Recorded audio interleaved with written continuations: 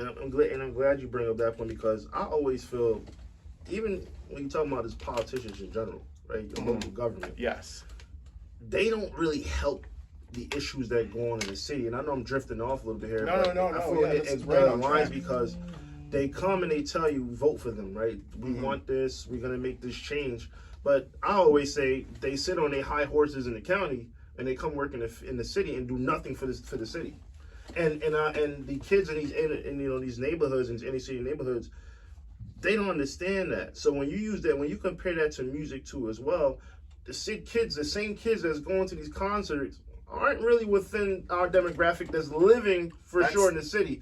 They come in the concert, they come in the city, and then they go back where living in high horses of the county. So they're not dealing with that, but they don't understand the ramifications of what's going on actually in the city. I agree. But then, like you said, they're pouring into what they love to see, which is violence. And that's what they're going into the neighborhoods. They're picking out, hey, this kid right here, who eventually, sadly, as soon as he become popular, may not even see the next year. But they'll take him. I'm not going to use that term. Let me not even say what I was about to say.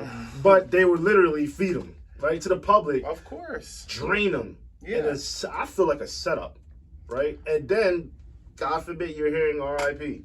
Yeah. And then they'll find another one from the city. Because they already made their money, the record executives and everybody we're talking about. I think, ultimately, it's a setup, because it's the view that a certain class of people or a certain race of people are disposable initially. You know what I'm saying? So it's the whole system. Yeah, you have and I think the music industry is a very tough situation, and that genre, the drill movement taking fire in this country, especially, and it's only in hoods, it's only in poverty-stricken areas, right? So it's that taken on, and what's crazy is, right, they're making their own content now in terms of the Instagram, the YouTubes, all that, right? And then on top of that, they're supplying the people who want to paint them as demons with the content, you know what I mean? We're Demon Time. Where do you think that came from? Ops. Yeah, exactly. You hear people, and more to your point, I recently heard a politician say the same thing, talking about the Nike ski masks, and everyone's, if you have it, then you're an op, and this is an op. And I'm like, listen, some dudes' heads are cold, but some things are just style, right? You know what I mean? If it was a bunch of white, like we said, if it was a bunch of kids in the suburbs wearing those ski masks, it would not be what it is. You know what I mean? But they're in the city, they're in an impoverished area, so it's just a whole attitude about this country, people of color, black people specifically, and how it all just relates into policing, but also everybody's gonna make their money on the way there in that pipeline, and that's, I think, it's tough, but there is also a lot of beautiful independent hip hop being made. I'm not going to sit here and say the stuff I do is beautiful, but I like to do it. I don't try to send a violent message. First and foremost, we going to hear your message soon. Trust you, Mary's going to definitely spit a couple bars for you to leave out of here. But, that was just always my issue. And the reason why I brought up parents, because I always like to resort back to that, right? What is it that, do you feel maybe parents, they are failing the kids? Or they're not having enough conversations with them? Or is it a lack of parenting at home, as far as, especially we know in our community, a lot of missing fathers. Yeah. Right? It's single parenting, is always the moms. And therefore, I always feel, no matter what anybody say, you need that father figure in that, and especially in that boy's life. I think you are. I think you're not far off base. I think you're absolutely right on track.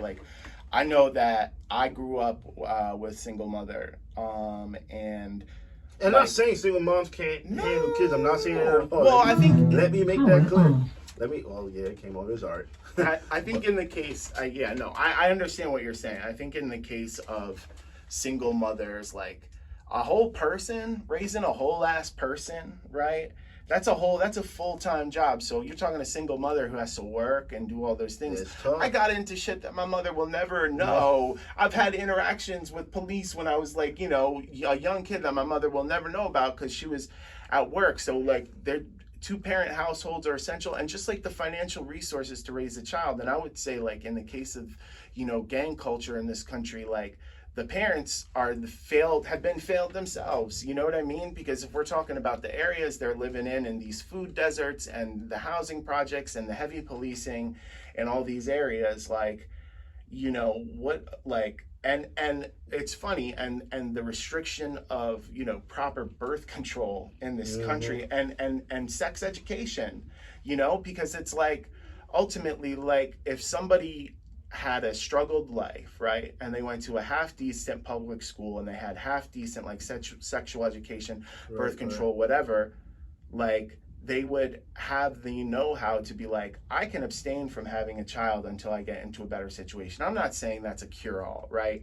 I'm just saying, like, marginalized communities are going to do just that, be marginalized and do things that go against the status quo that we are fed. You know what I mean? And so, we're getting deep here, but like, and I think it's the parenting, but I think it's this country's responsibility as a whole. And I think, it's the community's responsibility, but some communities are so impoverished where, like, you can't see the light till you get, 20 blocks west. Yeah. And I think that is where the disconnect happens, because if someone in poverty at 17 has a child at 17, right? Like, they're just another child so it's never gonna,